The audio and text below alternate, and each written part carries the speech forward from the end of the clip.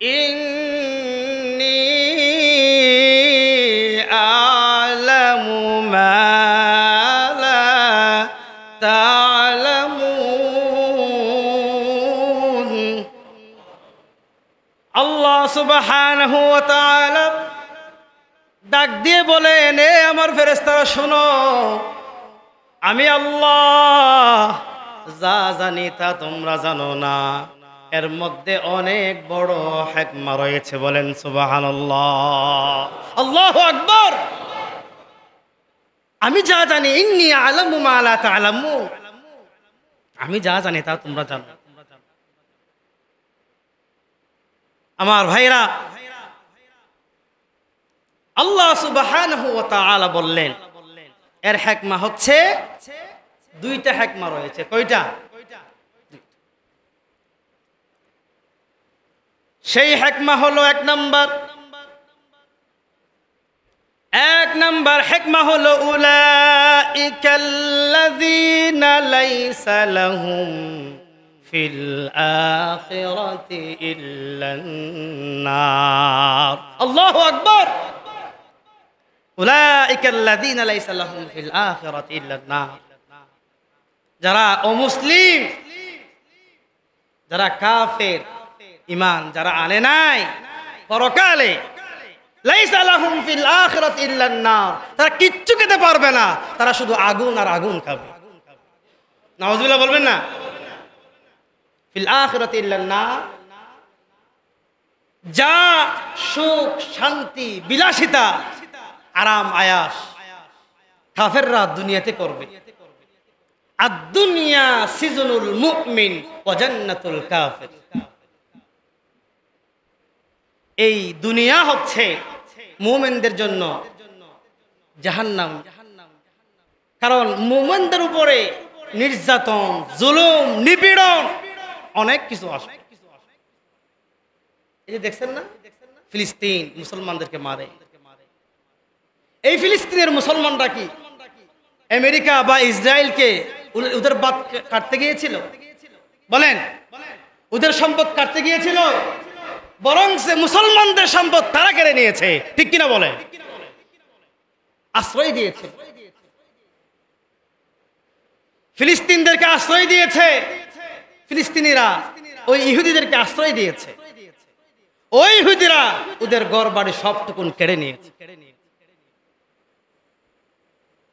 আমার মনে হয় আমার দেশে একই অবস্থা, যে বিভিন্ন সময় মানে আমার দেশে এনজিওরা আসে, জায়গা ঘর বাড়ি কিনে। আমরা দেখছেন না আপনারা, এই যে চট্টগ্রামে কি হয়েছিল, একজন উকিলকে কিভাবে কুফায়া কুফায়া মারলো হিন্দুরা। ওই জায়গায় ওই সারাগি পাড়ের ওদিকে গেলে মনে হয় এটা একটা ইন্ডিয়া রাষ্ট্রের মতন পরিণত করে ফেলেছে, ঠিক কিনা? এমন আছে না আমার ভাইরা? এই যে আজকে মুসলমানদেরকে মারে, নির্যাতন করে, জুলুম করে, অপরাধ একটাই, তারা ঈমান আনছে, ঠিক কিনা? আর এই পৃথিবী, আল্লাহ বলছেন ওয়া জান্নাতুল কাফির, দুনিয়া হচ্ছে কাফেরদের জন্য কি? জান্নাত স্বরূপ, আরাম আয়াস ভোগ বিলাস সব। কিন্তু লাইসা লাহুম ফিল আখিরাতি ইল্লান নার, পরকাল যখন আসবে তারা আগুন ছাড়া আর কিচ্ছু খেতে পারবে না, আগুন আর আগুন। আমার ভাইরা, এখন মুসলমানদের চরিত্র কাফেরদের চেয়ে ভয়ানক হয়ে গেছে, ঠিক কিনা? এমনি নামাজ পড়ে, টুপি দেয়, দাড়ি রাখে, তাহাজ্জুদ পড়তে পড়তে কপাল ঘষাই ফেলে। চরিত্র খুঁজে গিয়ে দেখেন, কি আলেম বলেন আর কি আওয়াম বলেন, চরিত্র খুঁজে দেখলে কাফেরদের চেয়ে বেশি হিংস্র তার ভিতরে রয়েছে। আছে না নাই? মুসলমান আছে না এরকম? মুসলমানদেরকে মুসলমান মারে, গীবত করে, অপবাদ দেয়, ঘুষ খায়, সুদ খায়, কত কিছু করে। অথচ এই যে আমির হামজা, মৌলানা আমির হামজা একটা কথা আবার কিছু শ্রেণীর আলেমরা তার পিছনে লেগে গেছে, অপবাদ তুহমত দেওয়া শুরু করছে। উনি একটা সাংবাদিকের প্রোগ্রামে বলল, নবীর দায়িত্ব ছিল সাংবাদিকতা, মানে উনি বুঝিয়েছেন আল্লাহর সব কথাগুলো এনে মানুষদেরকে প্রচার করে দেওয়া। সাংবাদিক যেমন মানুষদেরকে প্রচার করে, রসুলের দায়িত্ব ছিল আল্লাহর কথাগুলো এনে মানুষদেরকে প্রচার করে দেওয়া। এটা নাকি ভুল করছে, এটা বিয়াদবি করছে, রসুলের শানে বিয়াদবি করছে, এ তুহমত। এখন উনি কাফের হয়ে গেছে, উনি রসুলের দুশমন হয়ে গেছে। একজন মুসলমান আরেকজন মুসলমানকে তুহমত দিতে, অপবাদ দিতে দ্বিধা করে না। যেই মুসলমান একজন মুসলমান আরেকজন মুসলমানকে অপবাদ দিবে, তুহমত দিবে, গীবত করবে, তার ভিতরে কাফেরদের রক্ত রয়েছে, ঠিক কিনা বলেন? সে হাজারো নামাজ পড়ুক, কোরআন শরীফ পড়ুক, আলেম হোক, জাহান্নামে যাওয়া লাগবে। ভাই, নামাজের মধ্যে যদি ইমাম ভুল করে, নামাজ থাকবে না ভাগবে? কথা বলে না। নামাজের মধ্যে যদি ইমাম সাহেব ভুল করে, নামাজ কি থাকবে না চলে যাবে, ভেঙে যাবে? তো আপনার চলার পথে যদি আল্লাহর আদেশের অমান্য হয়, আপনার ইমান ভাঙবে না? কথা বলে না। আমরা শুধু মনে করি নামাজের মধ্যে ভুল হয় নামাজ ভাঙবে। তো আপনার জীবনের চলার পথে যদি আল্লাহ নিষেধ করছে মদ খাইও না, আপনি মদ খান, ঘুষ খাইও না, আপনি ঘুষ খান, আপনি বদমাশি করেন না, আপনি বদমাশি করেন, আপনি সুদ খান, আল্লাহ নিষেধ করছে, আপনি খাচ্ছেন। অপবাদ দিও না।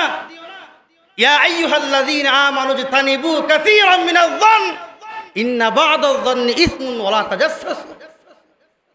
একজন মুসলমান আরেকজন মুসলমানের বিরুদ্ধে বললে, অপবাদ দিলে, গোপনে হোক প্রকাশ্য হোক, যদি একজন মুসলমান আরেকজন মুসলমানের বিরুদ্ধে ষড়যন্ত্র করে, আল্লাহ ওই ষড়যন্ত্রকারীকে দুনিয়াতে মুক্ত করে দিবে, ঠিক কিনা বলে?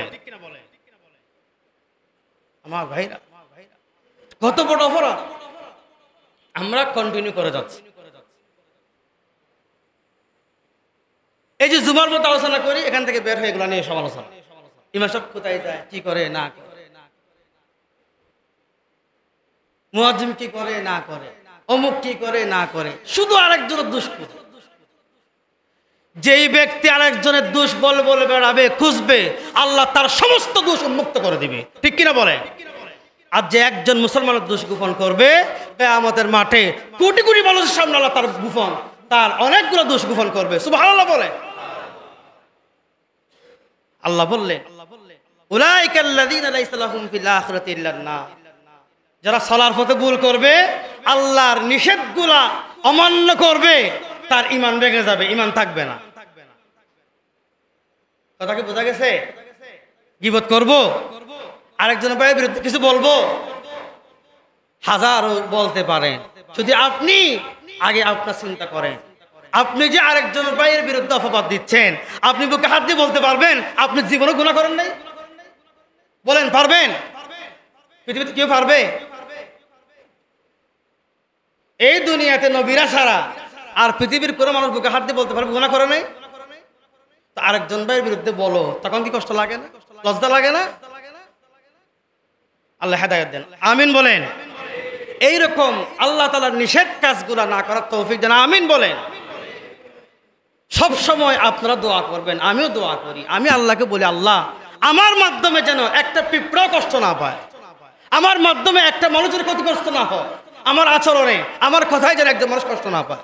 এই দোয়া আমি করি, আপনারাও করেন। আমার ভাইরা, সবচেয়ে বেশি জাহান্নামে যাবে দুইটা জায়গার কারণ। এক নরম জায়গা দুইটা, একটা লজ্জাস্থান, একটা জিহ্বা। এই দুইটা কারণে মানুষ বেশি জাহান্নামে যায়। আমার একটা কথার বিনিময়ে যদি আমার একটা ভাই সম্মানহানি হয়, একটা ভাই কষ্ট পায়, আঘাত পায়, কিয়ামতের ময়দানে আল্লাহকে জবাবদিহি করা হয়। এটা মুমিনের কাজ না। মুমিনের কাজ হচ্ছে আল্লাহর দেওয়া কাজগুলা মুমিনের কাজ। আমার ভাইরা, আল্লাহ বললেন, উলাইকাল্লাযীনা লাইসা লাহুম ফিল আখিরাতি ইল্লান নার।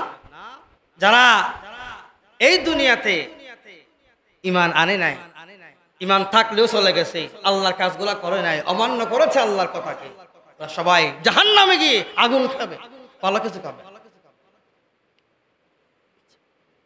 এবার আসেন, ফেরেশতারা বলল, আল্লাহ তো আপনি ওনারে মাছটা কেন খাওয়াইলেন? কথা বোঝা গেছে? মনে আছে না আপনাদের? আমার ভাইয়েরা, আল্লাহ রাব্বুল আলামিন বলেন, ও ফেরেশতারা শোনো, ওই লোকটা যদিও বা ঈমান আনে না, ইহুদি ছিল, কিন্তু অনেকগুলা ভালো কাজ করত। কি করত? অনেকগুলা ভালো কাজ করত।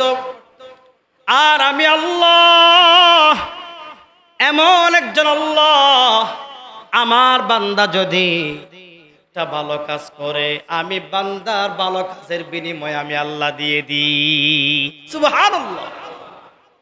বান্দা যদি কি করে?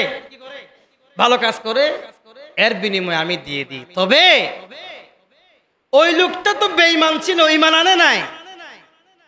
সে অনেকগুলা ভালো কাজ করছে, পরকালে তাকে দেওয়ার মতো আমার কিচ্ছু নাই আগুন ছাড়া। কথা কি বোঝা যায়? পরকালে আগুন ছাড়া সে কিচ্ছু পাবে না। এখন ভালো কাজের বিনিময়ে আমি কি দিব? এজন্য তার প্রত্যেকটা ভালো কাজের বিনিময়ে আমি দুনিয়ার মধ্যেই দিয়ে দিই।